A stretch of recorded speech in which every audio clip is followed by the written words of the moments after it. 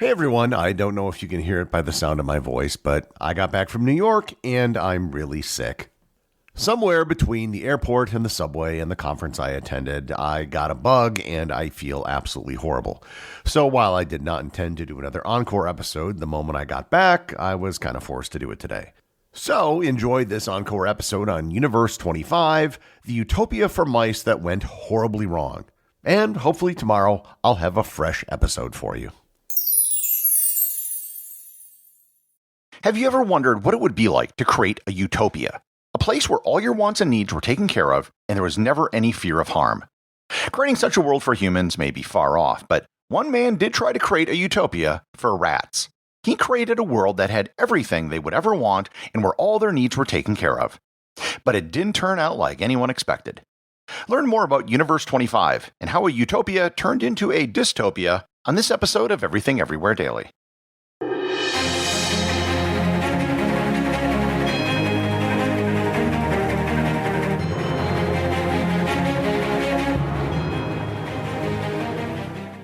This episode is sponsored by Newspapers.com, your passport to untold stories and hidden histories.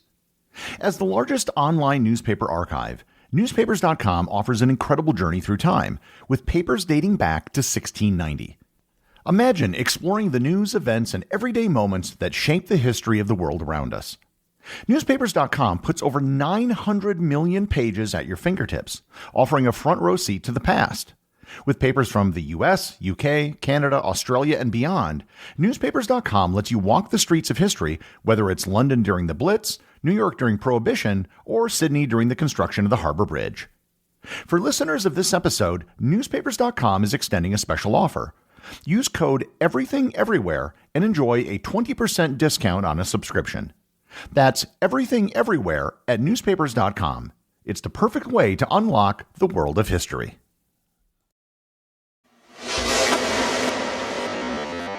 If you take a strict definition of the scientific method, you first create a hypothesis and then you conduct an experiment to test the hypothesis.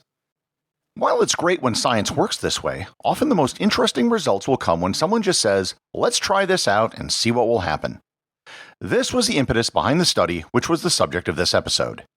An ethnologist by the name of John B. Calhoun, who worked at the National Institute of Health, devised a study in 1958 that would take place on Norwegian rats. In a barn in rural Maryland, he created what he figured would be a rat paradise. In this rat utopia, there would be no shortage of food or water. There would be no predators. Plus, there would be plenty of space for the rats to live and build nests. The area for the rats was divided into 4 parts that were 3 meters by 4.3 meters by 2.7 meters in height. There was a hallway around the structure, and all of the rooms had glass ceilings so the researchers could see what was happening. He ran these experiments for a total of 4 years before having to cease the experiments to take a sabbatical at Stanford. He wrote up his findings for Scientific American, and the results became famous in several communities, but more on the results in a bit. In 1968, he once again went back to the Rat Utopia blackboard, and this time he ran the 25th version of the experiment, hence the name Universe 25.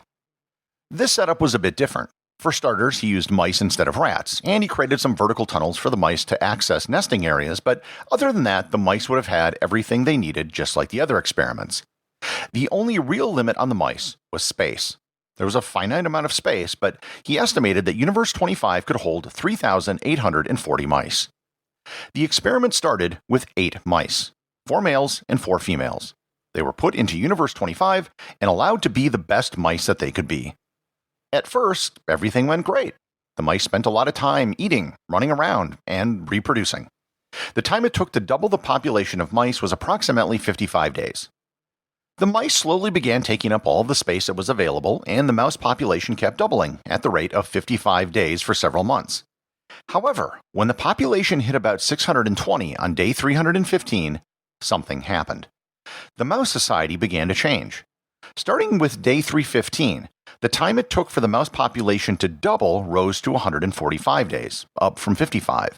For about the next 330 days, the mouse society in Universe 25 began to break down, and the behavior of the mice changed radically. Baby mice were often kicked out by the mother before they were finished weaning. Young mice were often attacked. Dominant males would often start fights for no apparent reason, and they became extremely violent, and they would often resort to cannibalism. Females became aggressive with other females. Non-dominant males basically just gave up and wouldn't fight back when they were attacked. Eventually, the new mice were born into this system, and they didn't know anything else. On day 560, population growth basically halted. The mouse population hit 2,200 mice, which was well below the number of mice that the universe could theoretically hold. This began what became known as the death phase. On day 600, the last mouse was born. Reproduction among the mice totally stopped. None of the mice, male or female, were interested in reproducing. One group of mice separated themselves, and they were dubbed the beautiful ones by the researchers. They did nothing social. They didn't reproduce, they didn't mark territory, they didn't fight, they didn't do anything. They engaged in no social activity whatsoever. All they did was eat, sleep, and groom themselves. The mice at this point had no clue how normal mice behaved. They never grew up in that world. Eventually, the entire population of Universe 25 became extinct.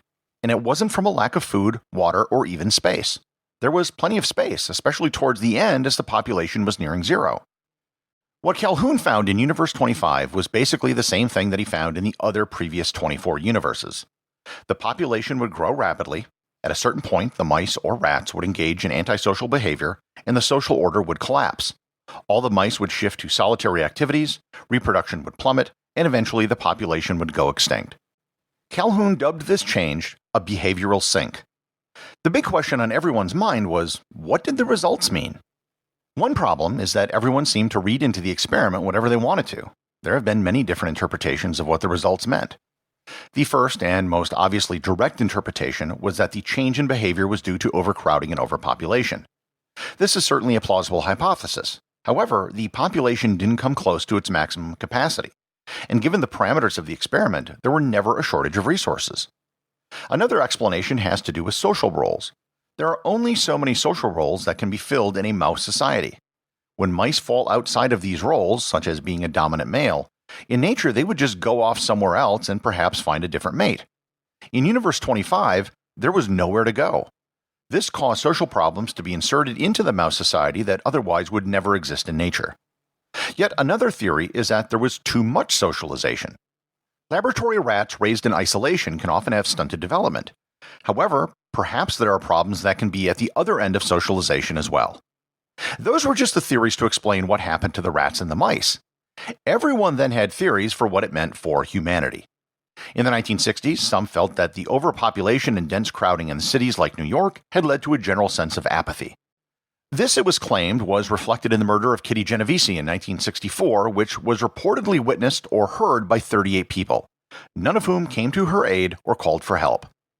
The experiment was used to explain the breakdown of the family. Female mice unwilling to care for their young and violent males were compared to what was happening in people. Movies like Soylent Green were analogous to what some people thought was happening in Calhoun's rat universes. And recently, some people have been making connections between the experiment and how people react on social media. They compare the behavior of subgroups of people on the internet to how some of the mice behaved when they suffered from too much socialization. However, many of these opinions were just that, opinions.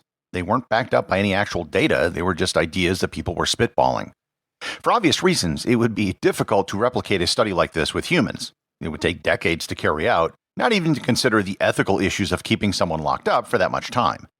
However, some limited studies on humans have been done. There were some sociological tests done on people with limited extreme crowding, but they didn't get the results anything like what Calhoun found for rats and mice. Eventually, researchers began to offer more technical critiques of Calhoun's experiment.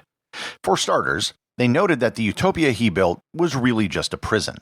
The mice did have everything they wanted except for space, and that isn't much different than humans in a prison who are fed. Mice in the wild would never live their entire lives in confines so small. As with prison, it allows for the most aggressive mice to control everything, which eventually leads to the breakdown of the whole society. Over the years, the interpretation of Calhoun's experiment has changed to reflect whatever the current issue of the day is. Ultimately, humans are not rats or mice, especially when it comes to socialization. Humans have long memories and can reason our way out of situations that rodents can't. Nonetheless, the rodent experiments of John B. Calhoun have been the inspiration for several fictional works, including Judge Dredd and Mrs. Frisbee and the Rats of Nim. Calhoun's Ratopia experiment was odd in that, at least scientifically, it really wasn't useful to explain much of anything. It was a fascinating study, but people are still arguing about its implications and why it went the way it did. However, as a metaphor and a cultural touchstone, the experiment was a huge success. The executive producer of Everything Everywhere Daily is Charles Daniel. The associate producers are Peter Bennett and Cameron Kieffer. I wanted to give a big thanks to everyone who supports the show on Patreon. Your support helps me put out a new show every day. And if you're interested in Everything Everywhere Daily merchandise, Patreon is currently the only place where it's available. And if you'd like to talk to other listeners of the show and get notified of future episodes and projects, please join my Facebook group or Discord server. Links to everything are in the show notes.